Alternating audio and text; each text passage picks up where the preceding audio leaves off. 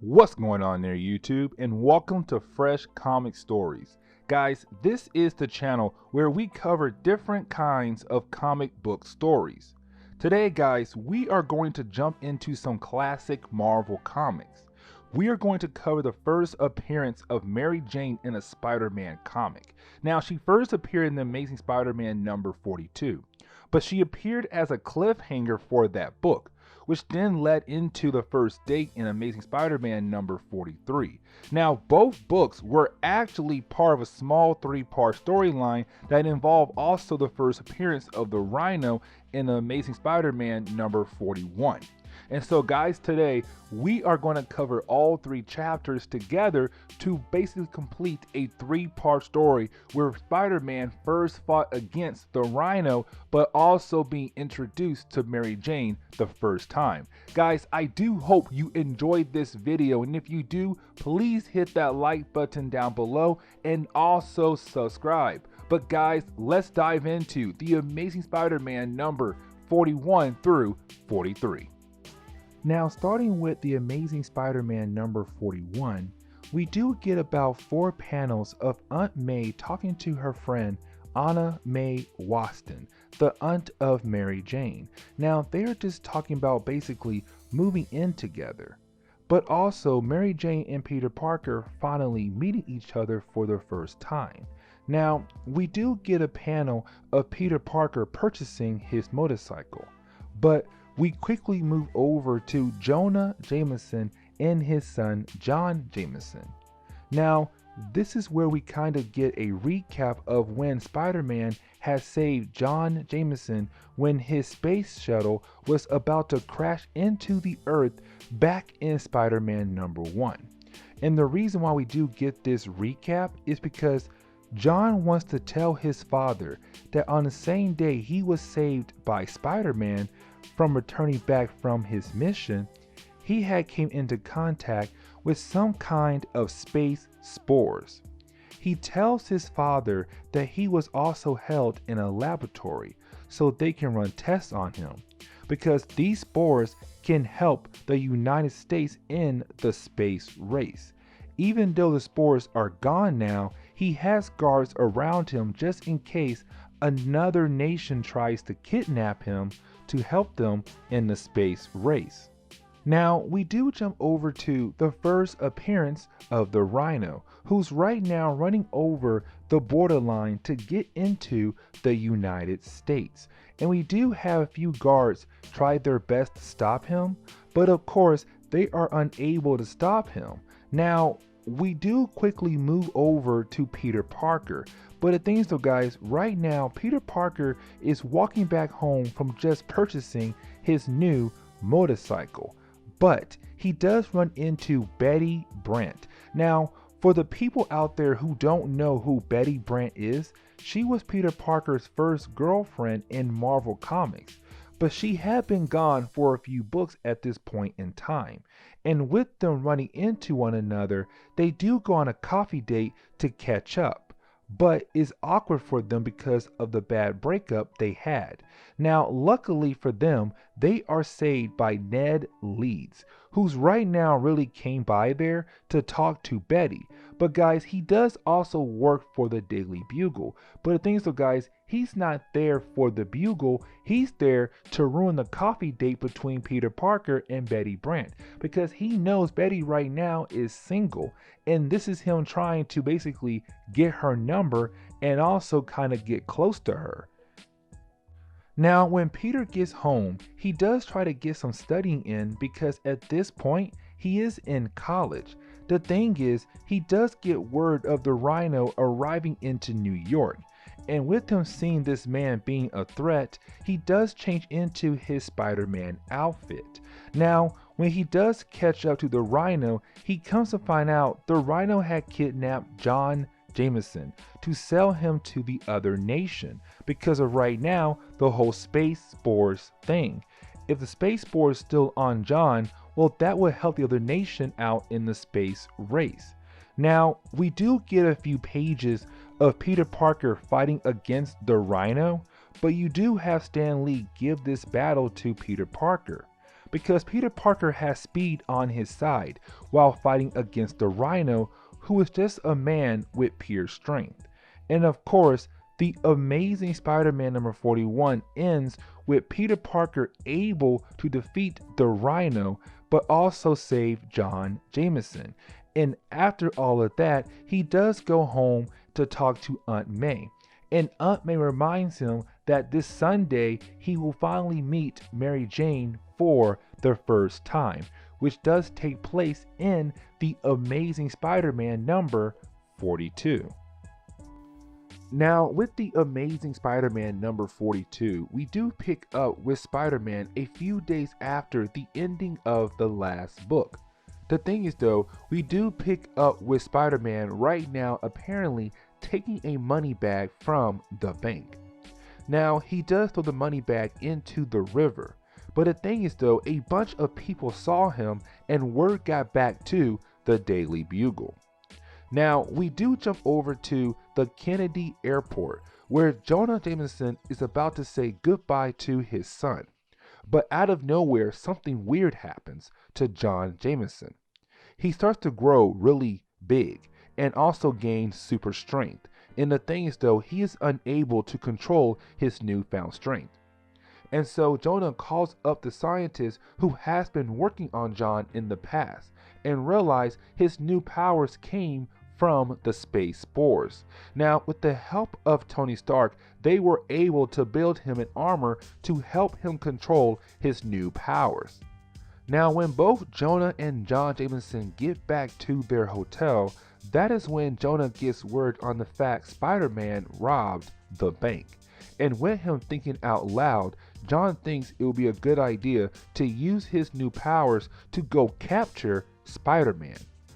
Now, we do get about 2 quick settings as a way to build up things to take place later on in this story. For example, we come to find out Foggy Nelson has been called to defend the Rhino in court. Now, Foggy Nelson, of course, being the law partner of Matt Murdock, aka the Daredevil. But we also get a quick setting of where the guards are having a hard time keeping the Rhino down before he is able to escape custody. Now, we do pick up with Peter Parker right now heading home from school. The thing is though, while being Spider-Man, he does run into John Jameson.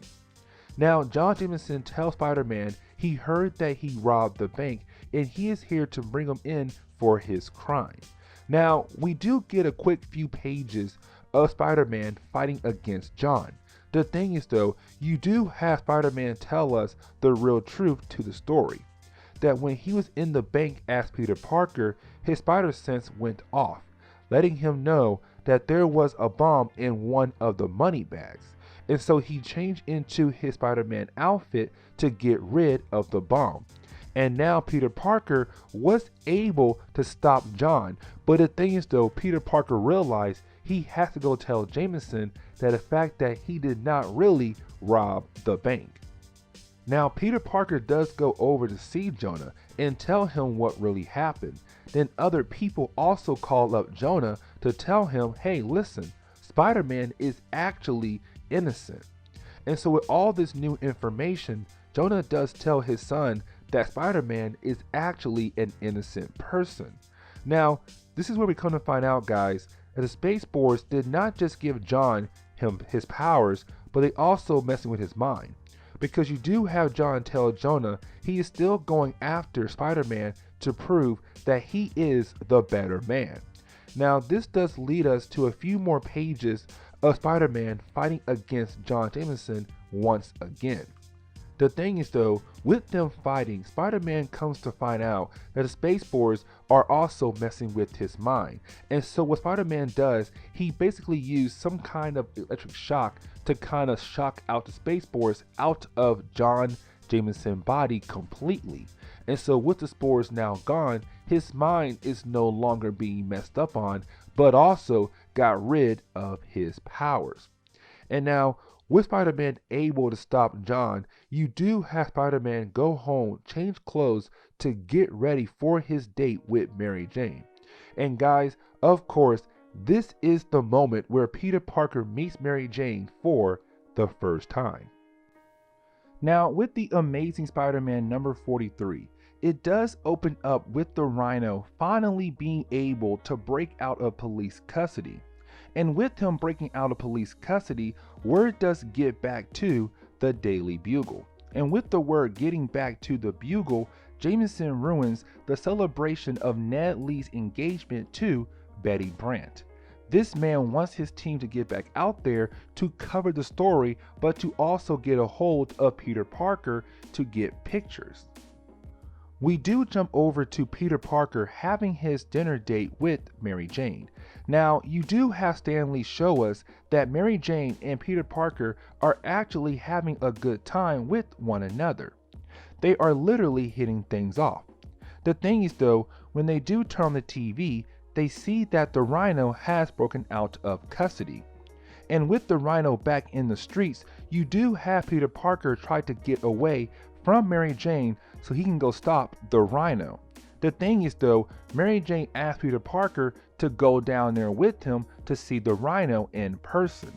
Now, we do jump over to the Rhino where he does give us his origin story. Now, you have Stan Lee give us this origin story in literally 2 pages. We come to find out that the Rhino was recruited by a bunch of scientists who were going to kidnap John Jameson to sell him off to the nation who pays the highest amount. Again, this is all tied into the whole idea of the space spores. Of course, the scientists gave him the strength of a rhino, but skin attached to his original skin stronger than a rhino. Of course, after the experiment had happened, he does portray the scientist to get the money all for himself. Now, we do jump over to a setting where Peter Parker and Mary Jane arrive to a possible location the Rhino could appear. Now, you do have Peter Parker use another excuse to sneak away from Mary Jane to change into his Spider-Man outfit to fight against the Rhino. Now, when the Rhino does appear, they do fight against one another, and it does last for a few pages, except this time though guys, Rhino was able to defeat Spider-Man and leave him there to basically lick his own wounds. After the battle, you do have Spider-Man go over to visit Curt Connors. Now guys, if you do not remember who Curt Connors is, this is the man who's better known as the classic villain, the Lizard. The thing is though, right now, he is just Curt Connors, a very top level scientist. Spider-Man comes to him for help to find a way to defeat the Rhino. After a few panels, we do get Connors giving Spider-Man something to add to his web that will basically burn off the secondary skin on the Rhino, which should give him the advantage to defeat the Rhino. Now, we do get another battle between Spider-Man and the Rhino. The thing is though guys, this time Peter Parker does have the stuff that was given to him by Curt Connors that will basically burn off the secondary skin the Rhino has, which should make him vulnerable for Peter Parker to defeat. And of course, it does happen in amount of few pages. And so guys, with Peter Parker able to finally defeat the Rhino and put him down for good, this is actually the end of today's video. Now guys, if you did like today's video, please hit that like button down below, but also guys, subscribe for more comic book stories in the near future.